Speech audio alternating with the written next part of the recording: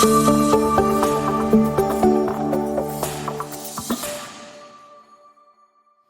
right, we're so excited today. I've got a good friend with us today, Danny Thornton. Welcome to another episode of God Encounters. I've known Danny for a number of years, watched his ministry, missionary work, and he's really a man of God. I know you're going to enjoy a lot of the stories that he has to share today of his encounters and experiences with God throughout his life. So, Danny, man, I appreciate Well, thank you. It's my joy. It's an honor. Welcome. Oh, it's my honor to have you, brother. Well, in Spanish, contrario. It's contrary. It's my honor. Ah, amen. My Amen. Spanish comes out every once in a while. Yeah, well, it's a mutual honor then. Yeah. Well, Danny, I know that you're called and separated to the Lord, but let's just, for the viewers, let's just kind of set it up, tee it up. How did you come to know Jesus as your Savior, your new birth experience? Just kind of tell us a little bit about that. That's one. My dad was a pastor. And I went down front and prayed and received Christ when I was young. And it turns out now that my brother is a pastor also, and then I ended up being a missionary. But anyway, we grew up in Houston and then and came up to Longview. And then basically my wife, her mom, could not have a child. And it was just impossible. And then she was praying, and for years she'd pray and say, I want a girl, and I want to have her be a missionary. And so all of a sudden one day, the doctor said, I don't know how you have a baby, but you've got a baby inside. And Peggy was born. Yeah. And I went over to a Bible school, and turns out Peggy went to the same Bible school. So she walked in the door while we were playing ping pong, and I looked at her and I went, ooh. You're spitting, huh? That's right. And so that didn't take real long, but we fell in love and decided to be married. And then we decided to come back to Longview where her mom is. It's kind of funny when you're always going to go back to where your in-laws are at, where the wife's at. And we started going to a church there, and we were growing in Christ, and it was a good church, and they taught a lot on having people receive Christ, and we became really involved in it. And then we had some missionaries come by, and all of a sudden I said, wow, that is neat. And so we went to the border of Mexico, and I saw the need there of the people, and I was just touched by it. Yeah. And it's hard not to be. That's right. And so Peggy and I decided to go ahead and become missionaries at that time. Yeah. And we went What year was this? Back when my kids were young. I don't know how many years ago it was. It may be 15 or 20. Yeah. No, it was more than that, 30 years ago. 30 years ago. It was 30 years ago or more. Yeah. I'm an old guy. I'm right there with you. Yeah. So we went, and we had 3 small kids, and we went through and raised funds, and it went real well. And we decided to go to Mexico to be missionaries. So the language school is in Guadalajara, Mexico, which is quite a distance down. And we were there trying to learn Spanish, and one night we were playing dominoes with our friends at the house, and all of a sudden the man said, there's going to be an earthquake. And I said, what are you talking about? He said, I don't know. There's just going to be an earthquake. And we said, well, what do we do? We said, well, let's look in the Bible and see what it talks about earthquakes. And we looked, and one place said, flee to the mountains. And another said, have bread and water. Yes. And so we moved our car from the garage thinking that place might fall in, and next morning, nothing happened. And we said, I don't know what that was. And that day we were ending our rent there, and we were moving to another house in town. So we put all our stuff in our car. So we had a trailer with our kids in the back seat and us, and we drove around. And as we were driving, a man around the loop a man started running at us from a distance. And like it was so far that he didn't hardly see us. And then I went honk, honk, and he came over closer. And, I honked, honked, honked, and he came over. I went over in the grass. Yeah, I honk, honk, honk. And instead of me hitting him, he hit the side of our car. Wow. And fell down. And I was already in the grass, so I pulled over, got out, and I went, and he was going, and I said, Peggy, I've got to go make a phone call to go call an ambulance. So I started running up the hill, and a man from behind me who was watching, who happened to be there, he ran behind me, grabbed me, and turned around and said, "You have to leave now." And I said, "No, I got to go make a phone call for a hospital, for the ambulance." And I started running again, and he grabbed me again. And he said, "You have to leave now." So I went back and I opened my billfold up and I gave the man standing there a little bit of money. And I said, "Peggy, he's saying we got to leave." So we got in the car and drove over to where we're going to be at. And it had gotten dark. And I'm sitting there going, "Peggy, what do you think?" We left the scene of an accident. And we were scared. And I said, "Let me call my friends at the who talked about the dominoes. I just call them." So I said, "The light's on at the neighbor. I'll just go knock." Knocked on the door and said, "Can I use your phone?" I said, "Sure." Came in, I called, and he wasn't home. And that's so crazy because I was thinking, he's always home. So I hung up. That's the way it always happens. Yeah. I finished the hanging up, and the lady said, she walked over and said, "This is yours." And it was a loaf of bread. And I said, "Did you just cook it?" And she said, "Yeah." "It's mine?" She said, "Yeah." I said, "Okay." And I walked out to the car, got in the car, and I said, "Peggy, what food did you leave in the car or bring with us?" She said, "No, I finished it all up. We didn't have any food." "Well, we have bread." And I said, "Well, what drink do we have?" And she said, "The only thing we got is they have big plastic containers of water, and they call it garrafon." And she said, "Just the garrafon of water." Right. And I said, "Okay, wow." And then I said, "What do you want to do?" She said, "I'm scared. I think they're out chasing us." And I said, "Well, they might have seen our Texas license plate, and I need to get out of here." So I then said, "Okay, if they know it's Texas, they think we'll go north." And I don't want to go north because they'll be out there watching for us. So I said, "Let's go to the east toward the mountains." So we went toward the mountains, and we got over to a place, and we were about out of gas, and I pulled into a Pemex station, and I said, "Okay." And I looked, and I didn't have any more money. I said, "Peggy, go ahead and give me some of your money." She said, "I don't have any money either." Basically, we sold things from our kitchen. I went in and talked to the Pemex people and said, "Come, you need something?" And I sold enough stuff, got gas, and drove to the border, and we got on through. And I said, "Peggy, what do you want to do?" I said, "Do you want to go back to Mexico?" She said, "No." She said, "I'm done here." Huh? "I'm done." So I said, "If I'm going to stay married, I'm going to have to go." I said, "Not go." I said, "Wait a minute. They've got a language school in Texas. Let's go there." She said, "Okay, we'll go one semester and see how it is." I said to the director, I told him the whole story, what happened. And he said, "You did the best thing." He said, "Just last month, another missionary in Mexico was caught. He had an accident, and they put him in jail, and they needed, I think it was like $15,000 to get him out of jail." Yeah. And so it's just, back in those days, that's how it was. Yeah. So we finished the language school up at that time, and it was fun. And I said, "Peggy, you ready to go back to Mexico?" She said, "No." I said, "Okay, we got to go tell everybody we're not." So we drove back to Longview, came into our church, a denominational church, and said, we had this experience where the guy said it was going to be an earthquake, and we were supposed to flee to have an earthquake, and then we would flee to the mountains, and it all happened just like it happened. And I said, "Does God talk to people like that?" Yeah. And he said, "No, he doesn't, Danny."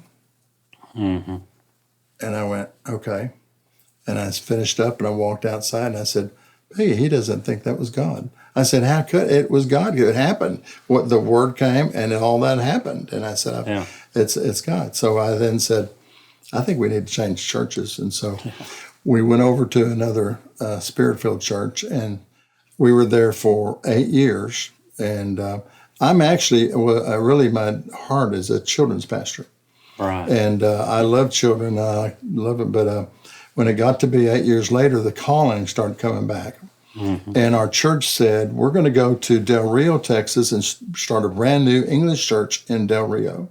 Yeah. And they said, does anybody want to go?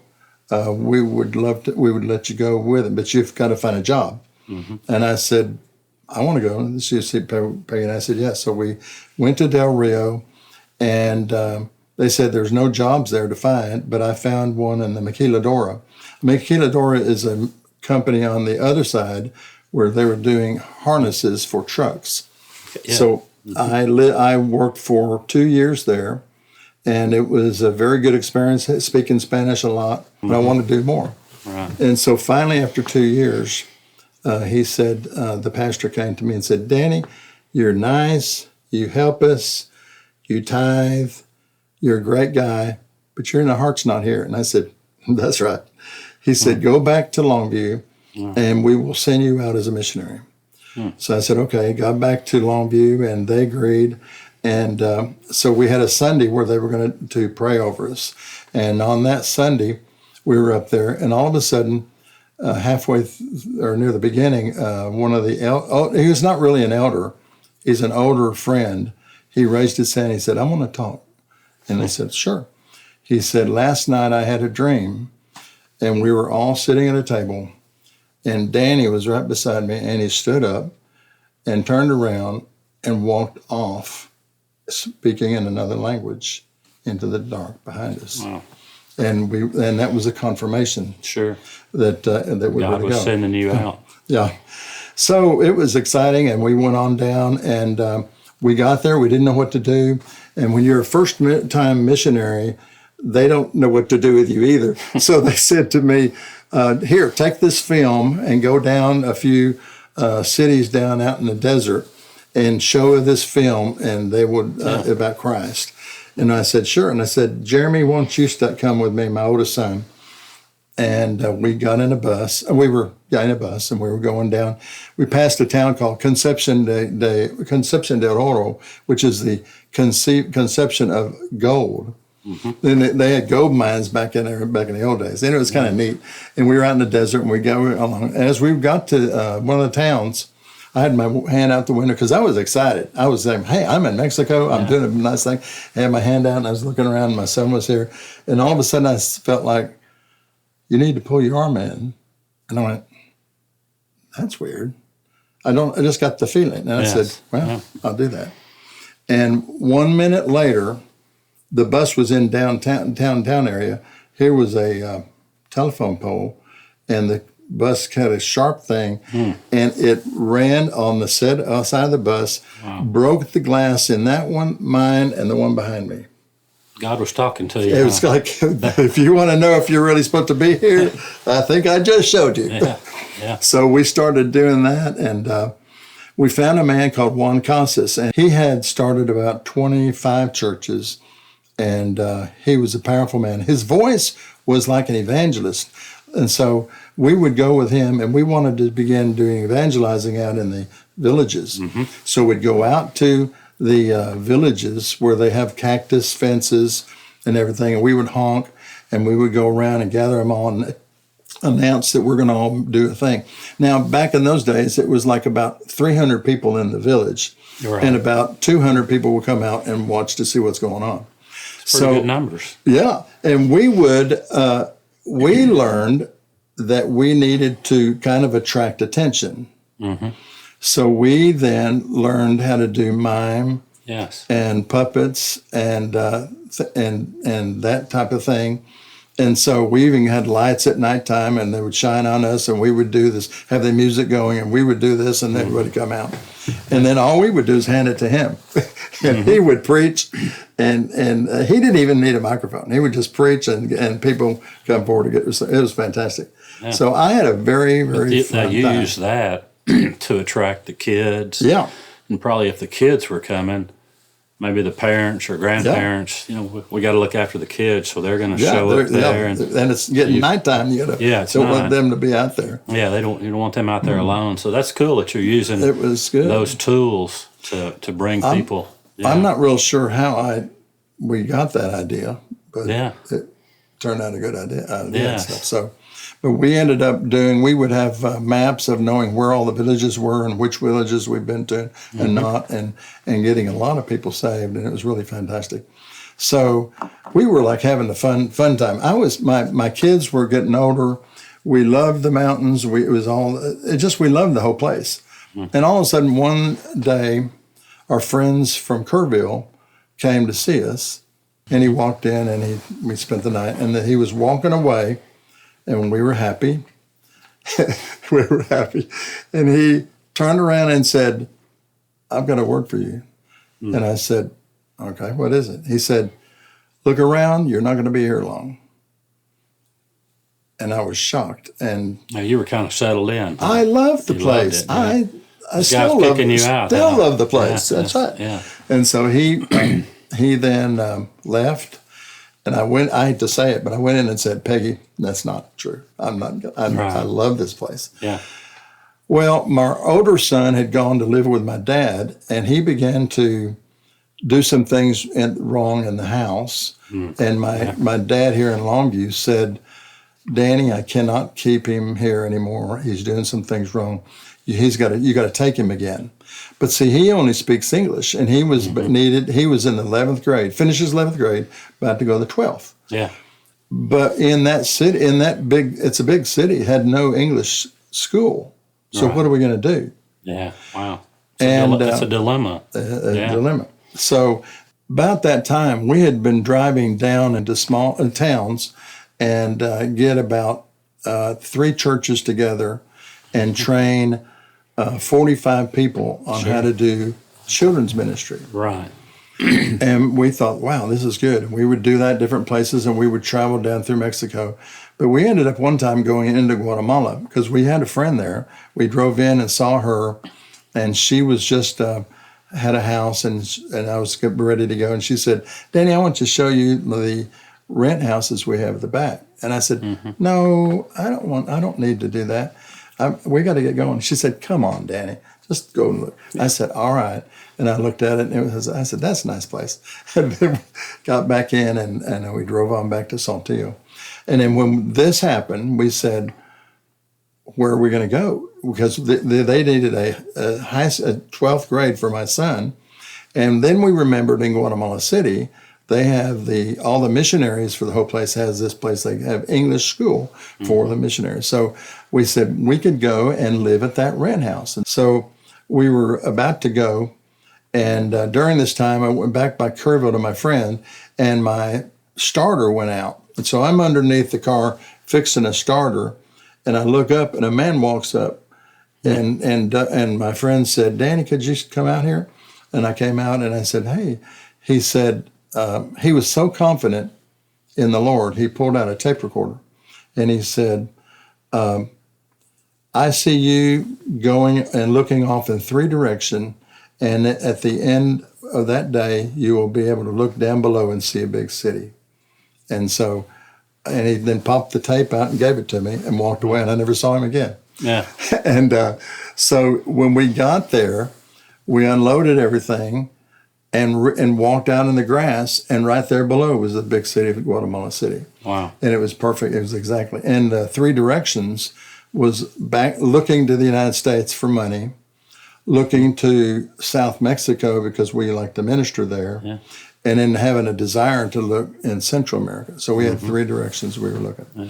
So, well, that's awesome. The word he gave you, then, it's just another confirmation how God, sometimes if we're maybe unsure or we need a little guidance or a confirmation of a word like that, it's good. Apparently, I need a lot of guidance because this keeps coming.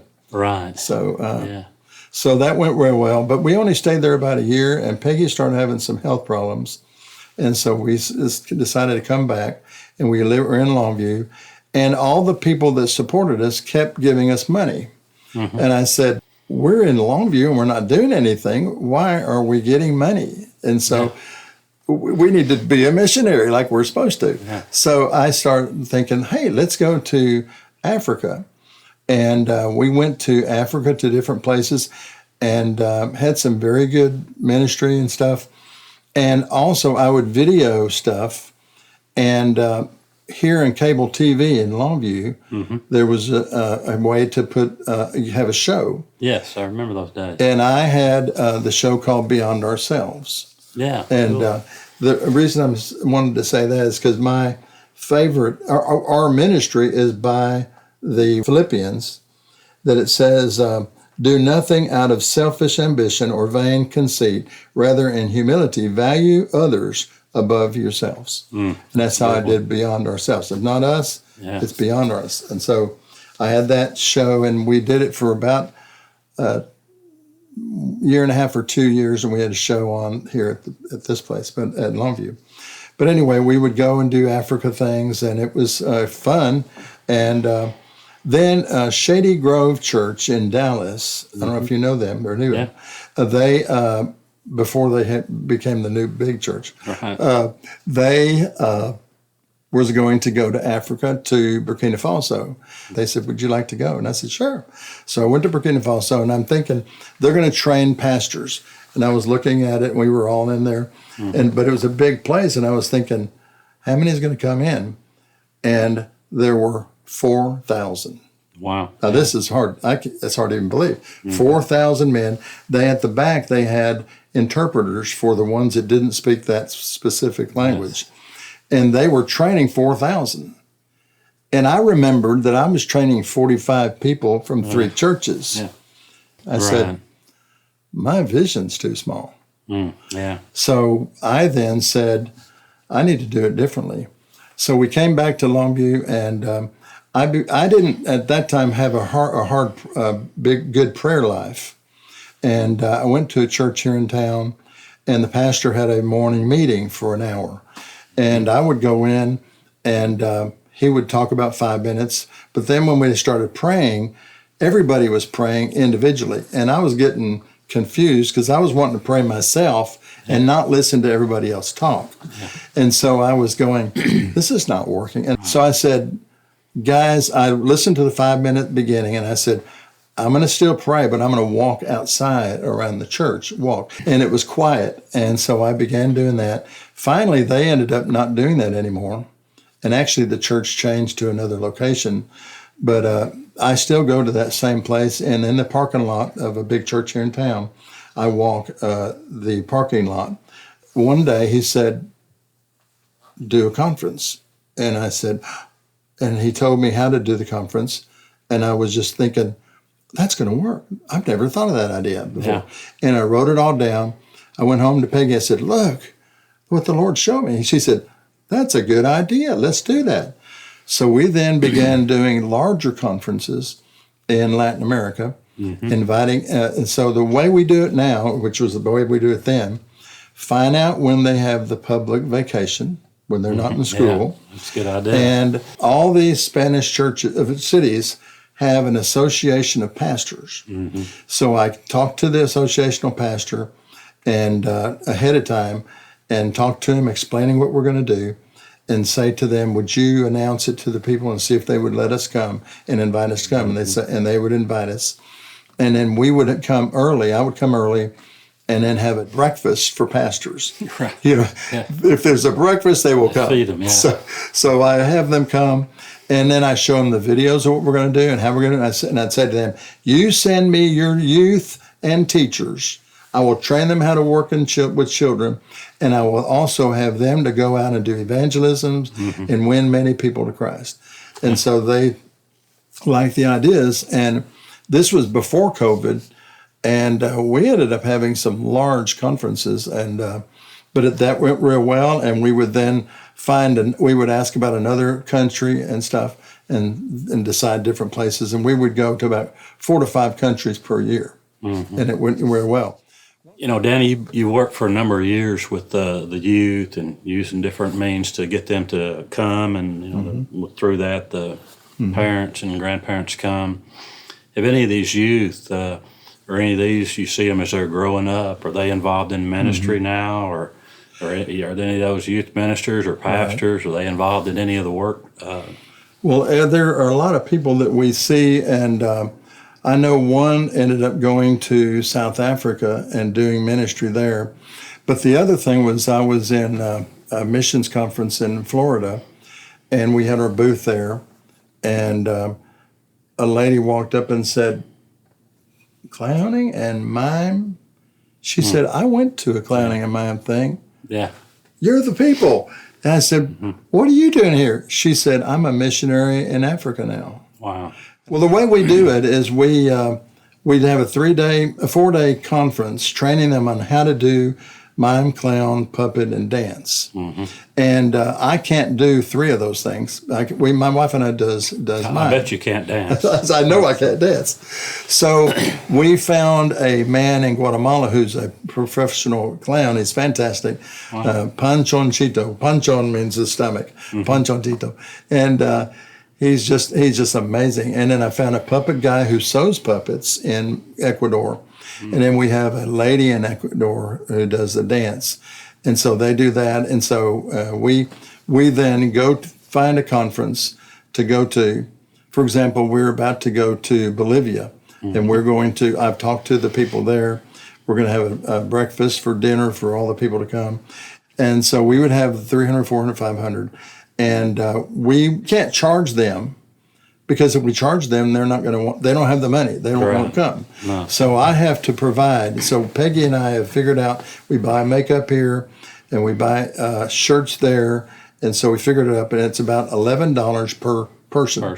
So if we have a 400 one, we'll pay about $5,000 for their outfits. And we give them the outfits, and then they've got them to use whenever they want to. So anyway, we do the training. And then on Wednesday afternoon, we will go out and it was funny, when you have 600 and 700, it's kind of a big. Well, we have in Guayaquil one time we had 700, and we had about 1,000 people walking. We just blocked streets, and the police let us down, and we would go down to the end and have an evangelism, and that was fantastic. And it was on TV. I've seen some of the pictures. Yeah, it was on TV. On the website. Yeah. And it's like a wide-angle lens or something. I've got all these faces painted and all these kids. It's like, wow, they're from front all the way to the back there. I know. Now after COVID, I don't have that many people, and I was going, why don't I have all this number? Why don't I have more? Because I want to have more people to train. But then they would then we pray over them on Thursday. And we give them literature to discipleship books. Right. And so then we say to them, go back to your church. Well, every team has a team. So you have a team of 4, 5, or 6 from one church. And they go back to their church, talk to the pastor, and decide where to go around their church to do it on the corner or a basketball court or wherever, and do a program outside. And we had 3 young men, for example. I want to tell one story. We had 3 youth about 19 years old, 3 guys. And they will be, we do that, and here's all the kids over here in this, and they're doing the training, and adults. And they would be over here, and they wouldn't leave the fence. They would just go over and look and come back. And then a little while later, they'd look over and then come back. And then I was watching them, and then right when they did puppets, for some reason, the main guy liked it, and he went, it was looking like this, and he started walking toward they drew him in. And the other 2, because he was the leader, came behind him, and they walked. And it was funny. I ran around and took a picture. Here's all these kids this high, and here's this adult man, a 20-year-old looking at this. And I took a picture about him. He goes, it's real fun at the beginning, and then it goes more serious. We have a drama called Drama of the Cross, where you take a red heart out and put it into the spot on the cross and say, how many do you want to give your heart to Christ? And then when they do the drama, and then we'll come up and say, these people are giving their heart to the Christ. And would any of you want to do that? I would say, I'm going to kneel down here. If you want to receive Christ, just come up here. I don't want to, I'm not forcing them to do anything they don't want to do. So if they come up, and then we do that, and then all repeat it together. And then we give them discipleship books.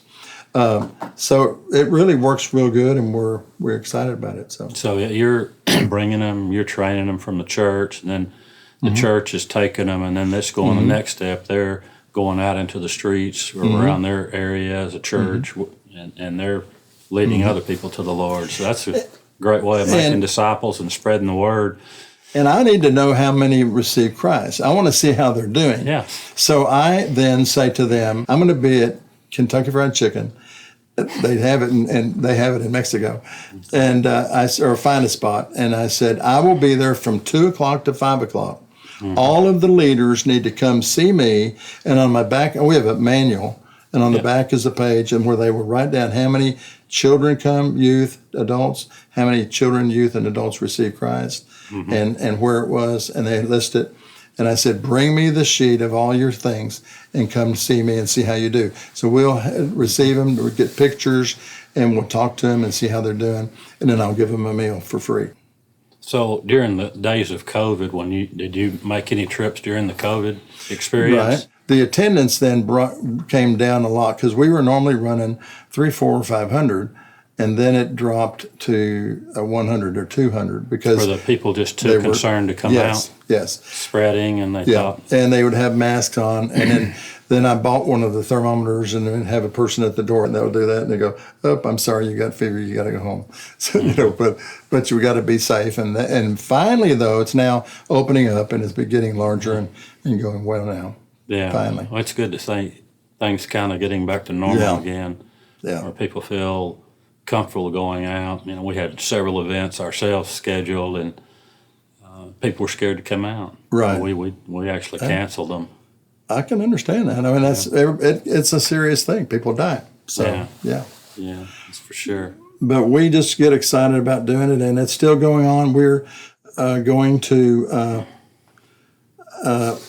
go to Bolivia in January, and we're going to be in Ecuador again in March. And I, at this time, as I'm getting older, I went to Houston to hear a sermon, and the sermon of a pastor to other pastors, and he said, when Abraham took Isaac to the mountain, he said he had servants and donkeys and them, and they went to the side of the mountain. And who did he take up? He took his son up. And he said to us, he said, do you have a son that's going to take over when you're not there? Yeah.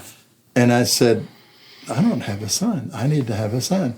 And so, but the funny joke about the story was, he said, you'll have the servants who are nice people. You have nice people in your churches, but they're not really called. Right. And you also have donkeys in the church that you can't move because they're so stubborn. It was the funniest joke. I like the story. But he said, find your son and then take him up. Love it. Yeah. And I said, and so for about a year, I was praying, Lord, I need a son. I need a son. I need a son.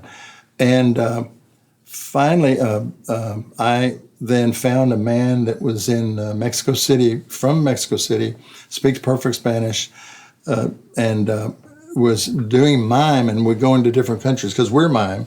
We got to find someone to do mime. Sure. And he now preaches at Christ for the Nations and is a fantastic guy, has a church, Christ for the Nations, and they sent him to Mexico City to do Christ for the Nations. So he's just fantastic. And he then has said to us that he wants to join. He's come about 3 or 4 times. Yeah. And so he is my son. It's good to have those connections. If it's not a physical son, a spiritual son, someone who has the vision, who has a little bit fewer years and miles on him than maybe you and I do, and who has the energy to keep the vision going and to continue doing those and going down there and ministering to the kids. And the other more difficult thing that we have is that we have to raise funds because those people don't have money. If they're from the United States, they do. But if they're from the United States, I have to send them to the location and pay for hotel and food. Yeah. So it's a little hard at times. So if someone wanted to donate to the ministry, do you have a website, or how would they,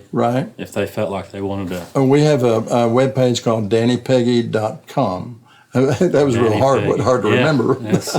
And we now have a possible son to take over, and I still have to raise funds for them because he doesn't know people to raise money for the supplies. Mm-hmm. But we were thinking, well, what are we going to do?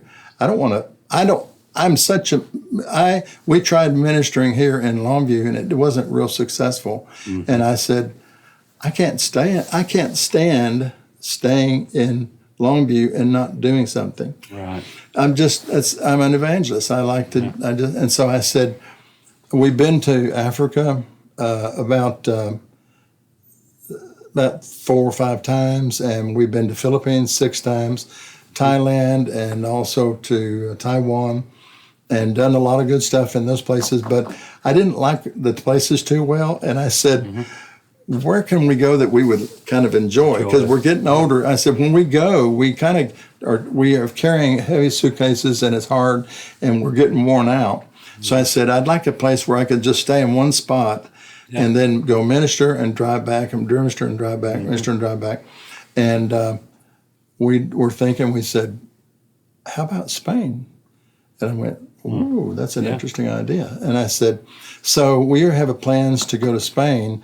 I have no idea of the conditions there. I'm trying to find out. I've talked to the denomination that I'm with, and I'm going to talk with them. And we might get there and see openings and maybe stay longer.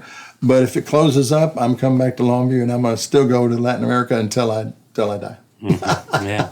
Well, I think the Lord has plans for you to keep doing it. Keep going. Keep training them up. Amen. Well, God bless.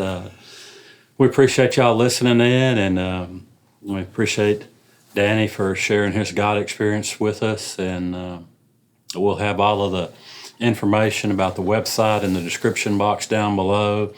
If you want to continue seeing content like this, just hit the like and the subscribe button, and you can keep up with us. God bless you.